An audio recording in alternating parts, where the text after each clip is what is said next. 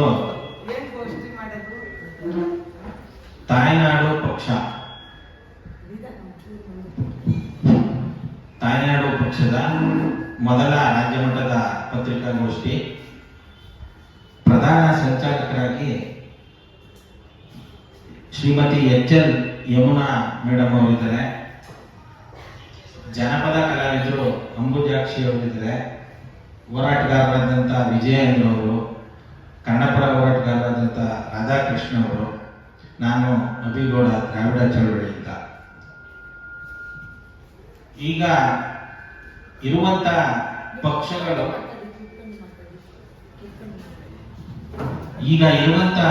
ಪಕ್ಷಗಳು ಯಾರು ಕೂಡ ತಾಯ್ನಾಡಿನ ಸೇವೆಗೆ ದುಡಿದೇನೆ ತಮ್ಮ ವೈಯಕ್ತಿಕ ಅಭಿವೃದ್ಧಿಗೆ, ತಮ್ಮ ಕುಟುಂಬದ ಕುಡಿಗಳನ್ನ ಬೆಳೆಸೋದಕ್ಕೆ ದುರುಪಯೋಗ ಪಡಿಸ್ಕೊಳ್ತಾ ಇರುವಂತ ಸಂದರ್ಭದಲ್ಲಿ ಯಮುನಾ ಮೇಡಮ್ ಅವರು ನಮ್ಮನ್ನೆಲ್ಲ ಕರೆದು ಅದರ ಮಹತ್ವನ ತಿಳಿಸಿ ನಾವು ಈ ಒಂದು ಪಕ್ಷನ ಮಾಡಿ ಬೆಳೆಸಬೇಕು,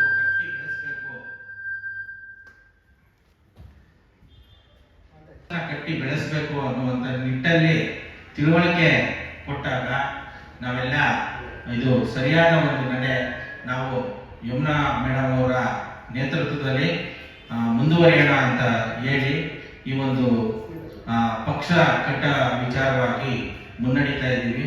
ನಿಮ್ಮೆಲ್ಲರ ಸಹಕಾರ. ಇದು ಮೊದಲ ಪತ್ರಿಕಾಗೋಷ್ಠಿ ಇವತ್ತಿಂದ ಶುರುವಾದರೆ ಅದು ಯಾವಾಗಲೂ ಇರಬೇಕು ಅಂತ ಬಯಸ್ತಾ ಈಗ ಈ ಪತ್ರಿಕಾಗೋಷ್ಠಿನ ಕುರಿತು ಯಮುನಾ ಮೇಡಮ್ ಅವರು ಮಾತಾಡ್ತಾರೆ. ಎಲ್ಲರಿಗೂ ಶುಭೋದಯ. ನಾವು ಈ ಹಿಂದೆ ಈ ಸಭಾಂಗಣದಲ್ಲಿ ಹಲವಾರು ಪತ್ರಿಕಾಗೋಷ್ಠಿಗಳನ್ನ ಮಾಡಿರೋದಿದೆ. ಅದರ ಬೇರೆ ಬೇರೆ ವಿಚಾರಗಳಿಗೋಸ್ಕರ ನಾವು ಪತ್ರಿಕಾಗೋಷ್ಠಿಯನ್ನ ನಡೆಸಿದ್ದೀವಿ. ಸ್ವಲ್ಪ ಸರಿ ಮಾಡಿ ಈ ಥರ ಒಂದು ಹೊಸ ಆಲೋಚನೆ ಮಾಡಿ ಒಂದು ಹೊಸ ಪಕ್ಷನ ಮಾಡಬೇಕು ಅನ್ನೋದನ್ನ ಮಾಡಿದ್ವಿ ಅಂತ ಅಭಿಗೌಡರು ಹೇಳಿದ್ರು. ಈ ಉದ್ದೇಶ ನಾವು ಏನು ಬೇರೆ ಒಂದು ಪಕ್ಷ ಮಾಡಬೇಕು ಅನ್ನೋ ಉದ್ದೇಶ ಏನು ಬಂತು ಅಂದರೆ, ನಾವು ತುಂಬ ವರ್ಷಗಳಿಂದ ನಾವೆಲ್ಲರೂ ನಮ್ಮ ಸ್ನೇಹಿತರುಗಳೆಲ್ಲರೂ ಬೇರೆ ಬೇರೆ ಆಂದೋಲನಗಳಲ್ಲಿ, ಬೇರೆ ಬೇರೆ ಹೋರಾಟಗಳಲ್ಲಿ ಭಾಗವಹಿಸ್ತಾ ಇದ್ದಂಥವ್ರು ಇದ್ದೀವಿ. ಆದರೆ ಈ ಬರೀ ಹೋರಾಟಗಳಿಂದ ನಮಗೆ ಪ್ರತಿಫಲ ಸಿಗ್ತಾ ಇಲ್ವೇನೋ ಅನ್ನೋದು ನಮ್ಮ ಅಭಿಪ್ರಾಯ ಆಗಿತ್ತು. ಎಷ್ಟೋ ಕಡೆ ನಮ್ಮ ಹೋರಾಟಗಳು ಸಕ್ಸಸ್ ಆಗಿದ್ದಾವೆ ಅಂತ ಭಾವನೆನೇ ಇಲ್ಲ ನಮಗೆ. ಯಾಕೆಂದ್ರೆ ಒಂದು ಹೋರಾಟ ತಪ್ಪಿದ್ರೆ ಒಂದು ಹೋರಾಟ ಮಾಡಲೇಬೇಕು. ಇನ್ನೊಂದೇನೋ ಒಂದೇ ನಾವು ಮಾಡ್ತಾ ಇದ್ದೀವಿ ಅಂದರೆ ಸರ್ಕಾರದಿಂದ ಇನ್ನೊಂದು ಒತ್ತಡ ಬರ್ತಿತ್ತು. ಆ ಥರದ್ದೆಲ್ಲ ನೋಡ್ತಾ ನೋಡ್ತಾ ಬೆಳೆದವರು ನಾವೆಲ್ಲ. ಅದರಿಂದ ಕೊನೆಗೆ ನಮ್ಗೇನು ಅನ್ನಿಸ್ತು ಅಂದರೆ, ಈ ಥರದ ಪರಿಸ್ಥಿತಿಗಳ ಬದಲಾವಣೆಗೆ ನಾವೊಂದು ರಾಜಕೀಯ ಪಕ್ಷನೇ ಮಾಡಬೇಕಾಗಿದೆ ಅಂತೇಳಿ ಉದ್ದೇಶ ಇಟ್ಕೊಂಡು ನಾವೊಂದು ಪಕ್ಷ ಮಾಡಬೇಕು ಅಂತ ಕಳೆದ ವರ್ಷದಿಂದ ನಿರ್ಧಾರ ಮಾಡಿದ್ವಿ. ಅವಾಗವಾಗ ನಾವು ಸಭೆಗಳನ್ನ ಮಾಡಿ ಈಗ ಒಂದು ರೂಪಕ್ಕೆ ಬಂದಿದ್ವಿ. ನಾವೀಗಾಗಲೇ ನಾವು ಮೈಸೂರು ಕಚೇರಿ ಮಾಡ್ಕೊಂಡು ಈ ಪಕ್ಷವನ್ನ ಪ್ರಾರಂಭ ಮಾಡಿದ್ವಿ. ಅದರಲ್ಲಿ ನಾವೀಗಾಗಲೇ ಒಂದು 16 ಸಭೆಗಳನ್ನ ಮಾಡಿದ್ವಿ. ಪ್ರತಿ ವಾರ ಮೀಟಿಂಗ್ಗಳು ಮಾಡ್ತಾ ಇದ್ವಿ ಮೈಸೂರಿನ ನಮ್ಮ ಕಚೇರಿನಲ್ಲಿ. ಅದ್ರದ್ದು ಮುಖ್ಯ ಉದ್ದೇಶಗಳನ್ನ ನಾನು ಹೇಳಕ್ ಇಷ್ಟಪಡ್ತೀನಿ. ನಾವು ಏನಕ್ಕೆ ಪಕ್ಷ ಮಾಡಿದ್ವಿ ಅಂತಂದ್ರೆ, ಈ ಪ್ರಜಾಪ್ರಭುತ್ವ ಏನಿದೆಯೋ ಅದು ಇಡೀ ದೇಶದಲ್ಲಿ ನಾವು ಅವರೇಜ್ ತಗೊಂಡ್ರೆ ಸ್ವತಂತ್ರ ಬಂದು 75 ವರ್ಷ ಆದ್ರೂ ಕೂಡ ಏನು ಒಂದು 50% ಜನ ಅಂದ್ರೆ 1/2% ಜನಕ್ಕೆ ಮಾತ್ರ ತಲುಪಿದ್ಯೇನೋ ಅನ್ನೋ ಥರ ಬೇರೆಯವರೆಲ್ಲರೂ ನಿಷ್ಕ್ರಿಯ ಆಗ್ಬಿಟ್ಟಿದ್ದಾರೆ. ಯಾಕೆ ಆ ಥರ ಆಗಿದ್ದಾರೆ ಅಂತ ಯೋಚನೆ ಮಾಡಿದ್ರೆ, ಬರೀ ಒಂದು 5ರಿಂದ 10 ಕುಟುಂಬಗಳು ಮಾತ್ರ ಪ್ರಜಾಪ್ರಭುತ್ವದಲ್ಲಿ ಅಂದ್ರೆ ಚುನಾವಣೆಗಳಲ್ಲಿ ಭಾಗವಹಿಸ್ತಾ ಇದ್ದಾರೆ. ಮತ್ತೆ ಅದ್ರದ್ದು ಎಫೆಕ್ಟ್ ಆಗ್ತಾ ಇದೆ, ಅದರಿಂದ ತೊಂದರೆಗಳಾಗ್ತಾ ಇದ್ದಾವೆ. ಆ 5-10 ಕುಟುಂಬಗಳು ಹಲವಾರು ಕೋಟಿನ ಹಣ ಮಾಡ್ಕೊಂಡು ಹಣವಂತರಾಗ್ತಾ ಇದ್ದಾರೆ. ಬೇರೆ ಬೇರೆ ಮಾರ್ಗಗಳಲ್ಲಿ ಅವರು ಹಣ ಮಾಡ್ಕೊತಾ ಇರುವಂಥದ್ದು, ದುರುಪಯೋಗಗಳಾಗ್ತಾ ಇರುವಂಥದ್ದು ಸರ್ವೇ ಸಾಮಾನ್ಯವಾದ ವಿಷಯ ಆಗಿದೆ. ಅದು ಹೋಗ್ಲಾಡಿಸ್ಬೇಕು ಅಂತಂದ್ರೆ ಹೋರಾಟಗಳಿಂದ ಸಾಧ್ಯ ಇಲ್ಲ ಅಂತೇಳಿ ನಾವು ಈ ಥರ ಪಕ್ಷ ಮಾಡಿರುವಂಥದ್ದು. ಅದರಲ್ಲಿ ಈ ಥರದ್ರಲ್ಲಿ ಈ 75 ವರ್ಷದಲ್ಲಿ ಬರೀ 5ರಿಂದ 10 ಕುಟುಂಬಗಳೇ ಎಲ್ಲ ತಾಲೂಕಲ್ಲೂ ಕಾಣಿಸುವಂಥದ್ದು. ಹೊಸ ಒಂದು ವ್ಯಕ್ತಿ ಬರ್ತಾ ಇದ್ದಾರೆ ಅನ್ನೋದೆಲ್ಲ ಸುಳ್ಳಿನ ಭಾವನೆ ಆಗಿದೆ. ಹೊಸಬ್ರೊಬ್ರು ಯಾರೋ ಎಲ್ಲೋ ಒಂದೊಂದು ಕ್ಷೇತ್ರದಲ್ಲಿ ಗೆದ್ದಿರ್ಬೋದು ಅಂತ ಅನ್ಸುತ್ತೆ. ಅಥವಾ ಈಗಿರುವಂತ ಪಕ್ಷಗಳು, ರಾಜಕೀಯ ಪಕ್ಷಗಳು ಒಬ್ರಿಬ್ರಿಗೆ ಅವಕಾಶ ಕೊಟ್ಟಿರ್ಬೋದು, ಬೇರೆ ಯಾರಿಗೂ ಅವಕಾಶಗಳನ್ನು ಕೊಡ್ತಾ ಇಲ್ಲ. ಅವರು ಅವ್ರದೇ ಕುಟುಂಬದ, ಅವ್ರದೇ ಮಕ್ಕಳು, ಸೊಸೆದಿರೋ, ಇನ್ನೊಬ್ರು ಸಂಬಂಧಿಕರು ಮಾತ್ರ ಚುನಾವಣೆ ಸ್ಪರ್ಧೆ ಮಾಡುವಂಥದ್ದು.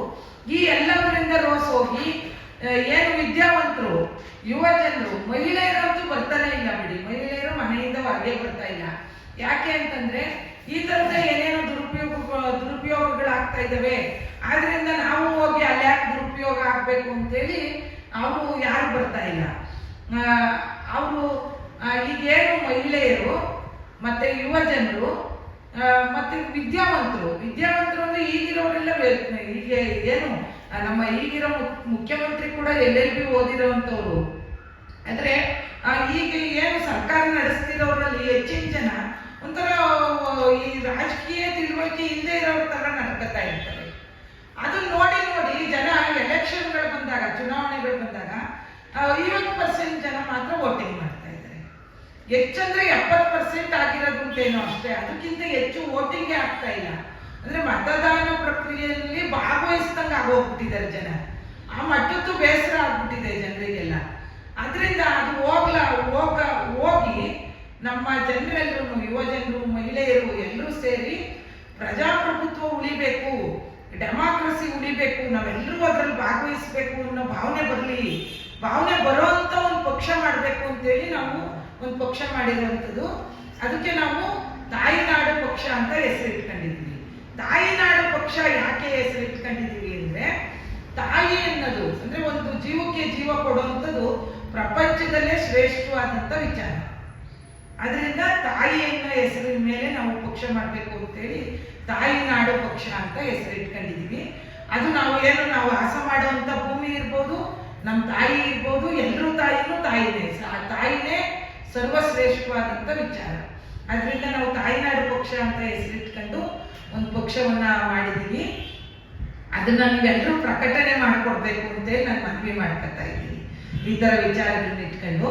ಆಮೇಲೆ ನಾವು ಇದರಲ್ಲಿ ಮುಖ್ಯವಾದ ಉದ್ದೇಶ ಏನು ಅಂದ್ರೆ, ಪ್ರತಿಯೊಂದು ಕುಟುಂಬನೂ, ರೈತ ಕುಟುಂಬ ಇರ್ಬೋದು, ಬೇರೆ ತರದ ಕುಟುಂಬಗಳಿರ್ಬೋದು, ಕುಟುಂಬ ವ್ಯವಸ್ಥೆಯಲ್ಲಿ ಮಹಿಳೆಯದು ಹೆಚ್ಚು ಪಾತ್ರ ಇರುತ್ತೆ. ಅವಳೇ ಹೆಚ್ಚು ಕೆಲಸ ಮಾಡ್ತಾ ಇರ್ತಾಳೆ. ಮತ್ತೆ ರೈತಾಪಿ ಕೆಲಸಗಳನ್ನು ಮಹಿಳೆನೇ ಮಾಡ್ತಾ ಇರ್ತಾಳೆ. ಆದ್ರೆ ಅವರಿಗೆ ಪಾತ್ರನೇ ಇಲ್ಲ, ಸಮಾಜದಲ್ಲಿ ಯಾವುದೇ ತರದ ಪಾತ್ರಗಳು ಕೊಡ್ತಾ ಇಲ್ಲ. ಅವ್ರ ಜೀವನ ವ್ಯವಸ್ಥೆನ ನಮ್ಮ ಸಮಾಜದ ಮುಖ್ಯವಾಹಿನಿಗೆ ತರಕ್ಕೆ ಅವಕಾಶ ಕೊಡ್ತಾ ಇಲ್ಲ. ಆದ್ರಿಂದ ನಾವು ಈ ನಮ್ಮ ಪಕ್ಷದಲ್ಲಿ 50% ಮಹಿಳೆಯರೇ ಇರಬೇಕು, ಎಲ್ಲ ಕ್ಷೇತ್ರದಲ್ಲೂ 50% ಮಹಿಳೆಯರೇ ಭಾಗವಹಿಸಬೇಕು ಅನ್ನೋ ಒಂದು ಉದ್ದೇಶವನ್ನು ಕೂಡ ಇಟ್ಕೊಂಡಿದ್ದೀವಿ ನಾವು. ಆಮೇಲೆ ಬೇರೆ ಕ್ಷೇತ್ರಗಳಲ್ಲಿ ಬೇರೆ ತರದ ಉದ್ಯೋಗ ಅವಕಾಶಗಳನ್ನ ಮಾಡಿಕೊಡ್ಬೇಕು, ಆ ಥರದ್ದೆಲ್ಲ ಉದ್ದೇಶಗಳನ್ನ ಇಟ್ಕೊಂಡು ನಾವು ಒಂದು 10 ಅಂಶಗಳನ್ನ ಇಟ್ಕೊಂಡು ಈ ಪಕ್ಷನ ಮಾಡಿದೀವಿ.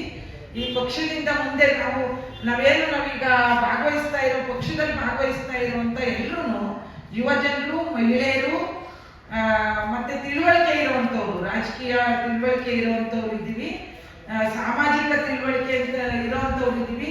ಬರೀ ಸುಮ್ಮನೆ ಒಂದು ಕುರುಡು ಮೆಥಡ್ ಅಲ್ಲಿ ನಾವು ಈ ಪಕ್ಷ ಮಾಡ್ತಾ ಇಲ್ಲ. ತುಂಬಾ ನಾಲೆಡ್ಜ್ ಇಟ್ಕೊಂಡು ಇದರಿಂದ ನಾವು ಸಾಮಾಜಿಕವಾಗಿ ಬದಲಾವಣೆ ತಂದೇ ತರ್ತೀವಿ ಅನ್ನೋ ಉದ್ದೇಶ ಇಟ್ಕೊಂಡು ಈ ಪಕ್ಷ ಮಾಡಿದ್ವಿ. ಇದನ್ನ ಏನು ಪತ್ರಿಕಾ ಮಿತ್ರರೆಲ್ಲ ಒಳ್ಳೆ ಸುದ್ದಿ ಮಾಡ್ಕೊಡ್ಬೇಕು ಅಂತೇಳಿ ನಾನು ಮನವಿ ಮಾಡ್ತಾ ಇದ್ದೀನಿ.